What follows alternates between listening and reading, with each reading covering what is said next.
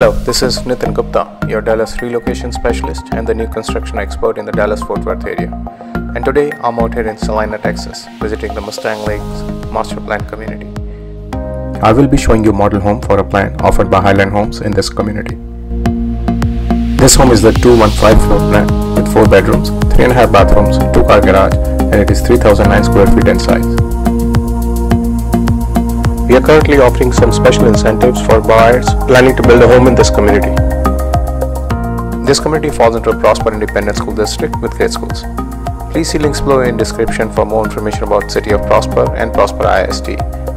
Please take a look around. If you like this home and need more information, please call me at 469-269-6541. Thank you very much for watching these videos.